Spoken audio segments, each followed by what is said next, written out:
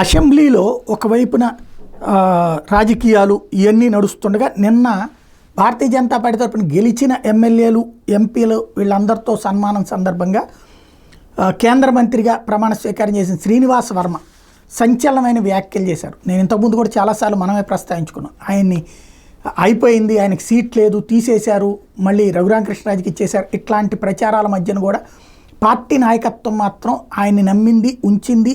ఆయన భారీ మెజార్టీతో గెలవడంతో పాటు ఇప్పుడు ఏకంగా కేంద్ర మంత్రి కూడా అయ్యారు. అదే విషయాన్ని నిన్న ఆయన చెప్పినప్పుడు అందరూ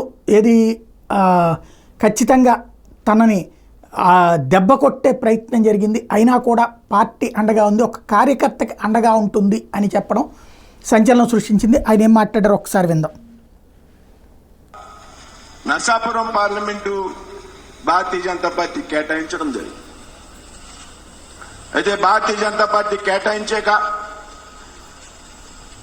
అభ్యర్థుల విషయంలో పార్టీ నిర్ణయం తీసుకున్నాక శ్రీనివాస్ వర్మని అభ్యర్థిగా నిర్ణయించాక నామినేషన్ ఆఖరి రోజు వరకు కూడా శ్రీనివాస్ వర్మ అభ్యర్థిత్వం మారిపోతుంది. శ్రీనివాస్ వర్మని ప్రకటించినప్పటికీ కూడా వేరే కొత్త అభ్యర్థి ఈ ప్రాంతంలో రాబోతున్నారంటున్నట్టు కొన్ని ఎల్లో మీడియా సంస్థలు, కొన్ని యూట్యూబ్ సంస్థలు, కొంతమంది వ్యక్తులు, ఎల్లో మీడియా సంస్థలు, కొన్ని యూట్యూబ్ సంస్థలు.